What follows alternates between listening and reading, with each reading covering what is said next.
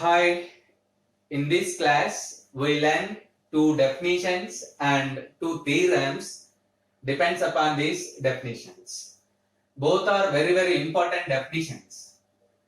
These two definitions may occur in every theorem at least once, and also they are very useful in the next chapters also. The first term and first definition is limit of a sequence. Second one is convergent sequence. Limit of a sequence. Let Sn be a sequence and L be a real number, means L belongs to R. Then L is said to be a limit of a sequence Sn if for each epsilon greater than 0 there exists a positive integer m. Positive integer m means it is a natural number. M belongs to capital N such that it satisfies the condition mod Sn minus L is less than epsilon for all n greater than or equals to m. We write it as limit n tends to infinity Sn is equals to L. That is, Sn tends to L as n tends to infinity. You remember the fact that there exists a positive integer m. That m depends upon epsilon. That m depends upon epsilon. Epsilon is a positive real number, lies between 0 and 1. So, here we said that mod Sn minus L less than epsilon means limit n tends to infinity Sn is equals to L. That is, Sn tends to L as n tends to infinity. Further, if we analyze the same condition, mod Sn minus L less than epsilon for all n greater than or equals to m means L minus epsilon is less than Sn is less than L plus epsilon. By removing the mod, you get L minus epsilon less than Sn less than L plus epsilon. What it means? Sn belongs to a open interval L minus epsilon comma L plus epsilon for all n greater than or equals to m. Know that all these three conditions are holds converse also. So, Sn be a sequence, L is a real number, then Sn is said to be and L is said to be a limit of the sequence Sn if for each epsilon greater than 0 there exists small m belongs to capital N which is a positive integer depends upon epsilon such that mod Sn minus L less than epsilon for all n greater than or equals to m. Symbolically we write it as limit n tends to infinity Sn is equals to L. That is, Sn tends to L as n tends to infinity. And the second definition is convergent sequence. A sequence Sn is said to be convergent to a real number L if for each given epsilon greater than 0 there exists m belongs to capital N such that mod Sn minus L less than epsilon for all n greater than or equals to m. Convergent sequence. It means it is one of the simplest concept. If a sequence has unique limit, means the sequence has only one limit, then the sequence must be convergent. So, partially the definitions of convergent sequence and limit of a sequence coincides. In case of convergent sequence, we have only unique limit. We prove the same fact in the next theorem. So, a sequence Sn is said to be convergent to a real number L if for each given epsilon greater than 0 there exists a positive integer m such that mod Sn minus L less than epsilon for all n greater than or equals to m. That is, limit n tends to infinity Sn is equals to L implies and implied by for each epsilon greater than 0 there exists m belongs to capital N such that mod Sn minus less than epsilon, which is implies and implied by the sequence Sn is convergent. These two definitions are very important in view of examination also.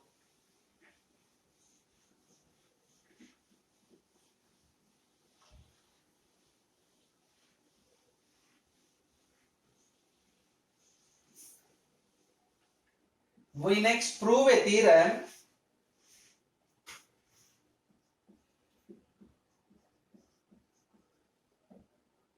its statement is a convergent sequence has unique limit.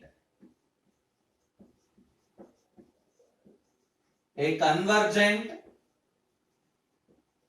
sequence has unique limit. A convergent sequence has unique limit. Let us prove this theorem now.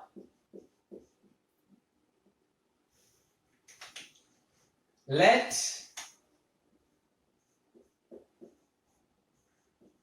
Sn be a convergent sequence, converges to small l belongs to capital R. Let Sn be a convergent sequence converges to small l belongs to capital R. If possible, let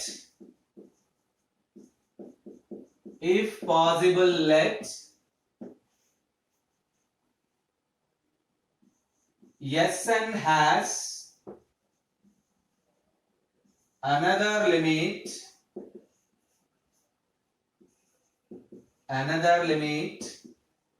L dash belongs to capital R such that L not equals to L dash. It means the sequence Sn has now two limits. One is L, the second one is L dash. But our aim is to show that it has unique limit. Means there is only one limit. We assume that L is not equals to L dash. L is not equals to L dash. Since this L is not equals to L dash, which implies as mod L minus L dash is greater than 0. Because these limits are not equals to one another, then mod L minus L dash is greater than 0. Define epsilon is equals to half into mod L minus L dash. Define epsilon is equals to half into mod L minus L dash. Leave it. Let us use. By given data, Sn converges to L. The sequence Sn converges to L. By the definition of convergence, for each epsilon greater than 0, there exists a positive integer m1 belongs to capital N, such that mod Sn minus L less than epsilon for all n greater than or equals to m1. Let it be equation number 1. We write the definition of convergence. Sn converges to L. By the definition of convergence, for each epsilon greater than 0, there exists m1 belongs to capital N such that mod Sn minus L less than epsilon for all n greater than or equals to m1. Equation number 1. Again, L dash is a limit of the sequence Sn, which implies for each epsilon greater than 0, there exists a positive integer m2 belongs to capital N such that mod Sn minus L dash less than epsilon for all m2 greater than or equals to n. Let it be equation number 2. Let it be equation number 2. Now consider or define a constant k is equals to maximum of m1 comma m2. Now define k is equals to maximum of m1 comma m2. Then equation 1 comma equation 2 implies mod Sn minus L is less than epsilon, comma mod Sn minus L dash is less than epsilon for all n greater than or equals to k. Because k is maximum among m1 comma m2, then from equation 1 and equation 2 we have mod Sn minus L less than epsilon, comma mod Sn minus L dash is less than epsilon for all n greater than or equals to k. Now consider mod L minus L dash, which is equals to mod L minus Sn plus Sn minus L dash, which is less than or equals to, by splitting the mod Sn minus L plus mod Sn minus L dash, which is less than or equals to epsilon plus epsilon, which is less than or equals to 2 into epsilon. 2 into epsilon,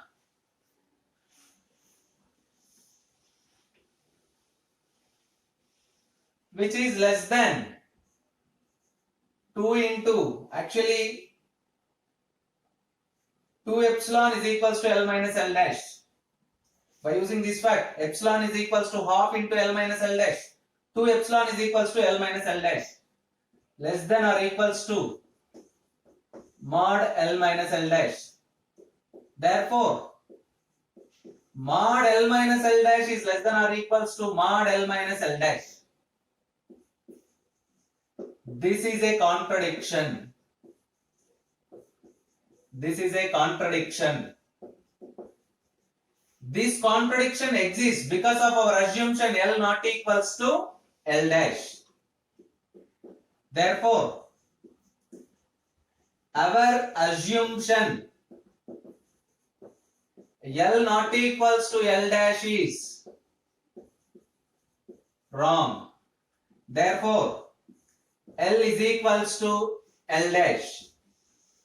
We assume that the sequence Sn has another limit L dash and it coincides with L. Therefore, a convergent sequence has unique limit. It means if a sequence is convergent, then it has only one limit. If a sequence is convergent, then it has only one limit. We prove the next theorem, which is also very important one. Every convergent sequence is bounded. Its statement is every convergent sequence is bounded. Next theorem.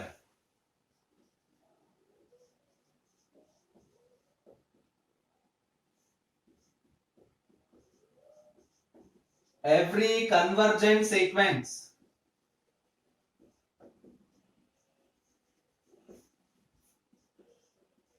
is bounded. Let us prove this theorem. Let Sn be a convergent sequence. Let Sn be a convergent sequence and converges to small l belongs to capital R. Let Sn be a convergent sequence and converges to small l belongs to capital R. That is, for each epsilon greater than 0, there exists a positive integer small m such that mod Sn minus L less than epsilon for all n greater than or equals to m, which is the definition of convergent sequence. we have to prove that the sequence Sn is bounded. We know that a sequence Sn is said to be bounded if there exist two constants k1, k2 such that k1 less than or equals to Sn less than or equals to k2 for all n greater than or equals to m, then Sn is bounded. We prove that fact now. Since mod Sn minus L is less than epsilon for all n greater than or equals to m, by removing the mod, L minus epsilon is less than Sn is less than L plus epsilon for all n greater than or equals to m.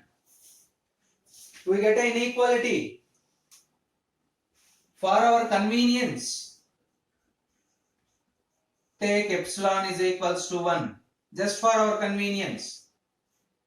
Then this inequality becomes L minus 1 is less than Sn is less than L plus epsilon for all n greater than or equals to m. Now define two constants.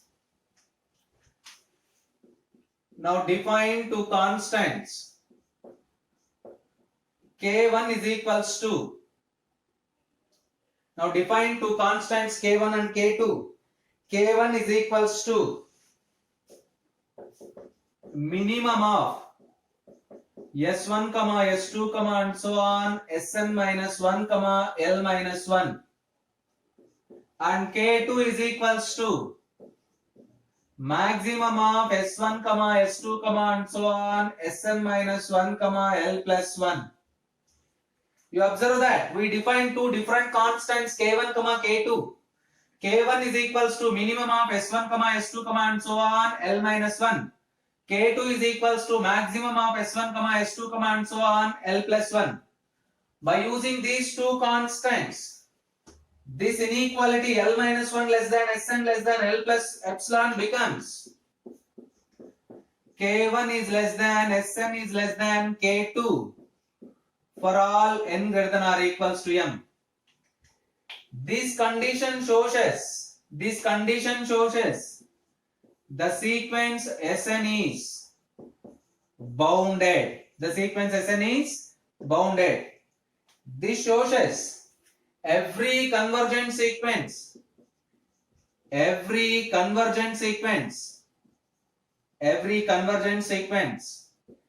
is bounded. One of the very, very important theorem. Every convergent sequence is bounded. But the converse of this theorem is not true. The converse of this theorem is not true. What it means? Converse is not true. Converse is not true. That is, a bounded sequence need not be convergent. Every convergent sequence is bounded. But converse is not true. A bounded sequence need not be convergent. Let us see one example for this converse. Consider a sequence Sn is equals to minus 1 power n belongs to capital N. The range of this sequence is 1, minus 1, which is a finite set. We know that every finite set is bounded. Therefore, the range is bounded.